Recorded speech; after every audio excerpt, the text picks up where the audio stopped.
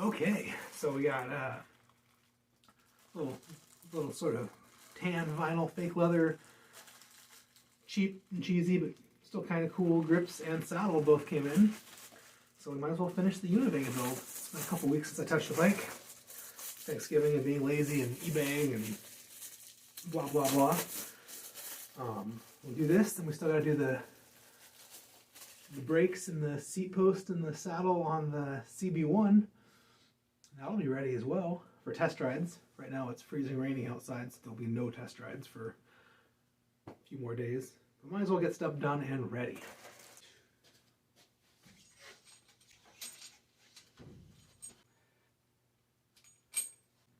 So this is the seat post I got for the Univega. It's a 26/8 that I found.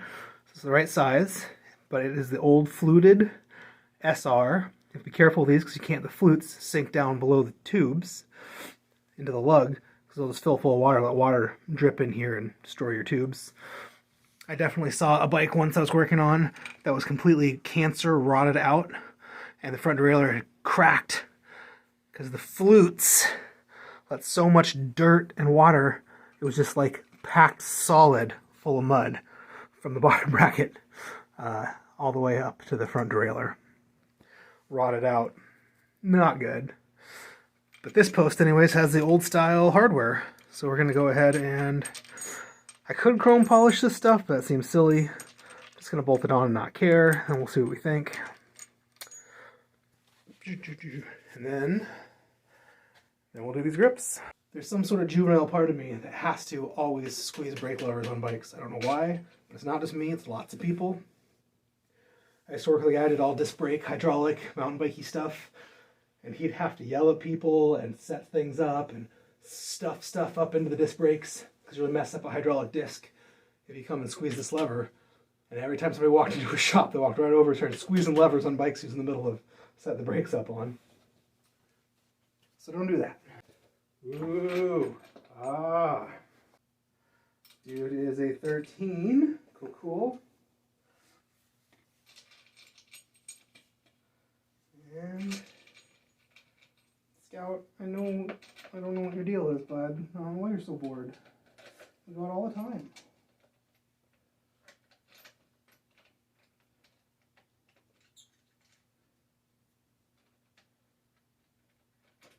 I'm trying to lazily fish this in, which I did. But just pulling the one side's nut off. When it's the clamp style, I usually have to really flip this whole thing upside down and fight it, but this one was pretty alright to me. Cool. Cool.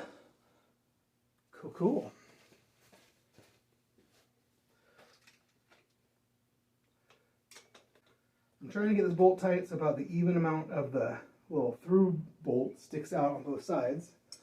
Don't want a bunch sticking on one side and not enough threads engaging on the other side.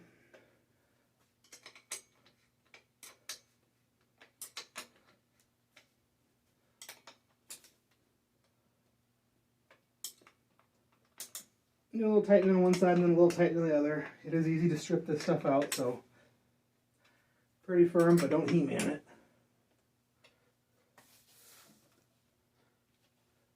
That looks pretty cool in this old Univega. This grip seems to both be the closed side. Should be like one kind of half capped off side, one totally open side, but here we are. We'll give it a little shot anyways. Got a little tiny bit of rubbing alcohol, just barely. Spread it around. It'll evaporate real fast. If you have too much, it won't evaporate at all. That's the whole thing. See. Oh yeah, no problem. Okay. Oh, it's so easy and slid by so fast. It's definitely too much alcohol. I'm blowing it out, wiping it off. Still too much.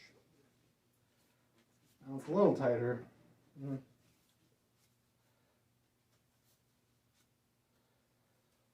It just won't dry. It goes on that easy.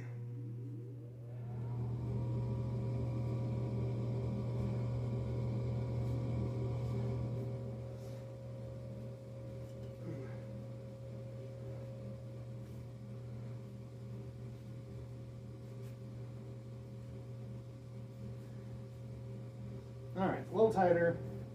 Push it all the way on, then pull it back a little bit. Try and get it even and as spread out as possible. In a perfect world, I would have little end plugs for this, but I don't have any extra sitting around. So I'll have to pick some up next time at the Tomcats or wherever. It's got some stitching on the front. I'm going to go ahead and line that up where you can kind of see it, because people like little details, it's cool. Same on the other side, just a tiny little mist.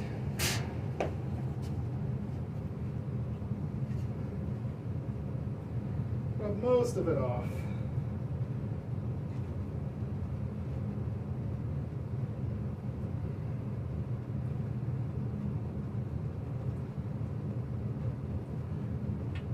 This one's a much bigger brat. We'll go for the tiny little mist on the inside.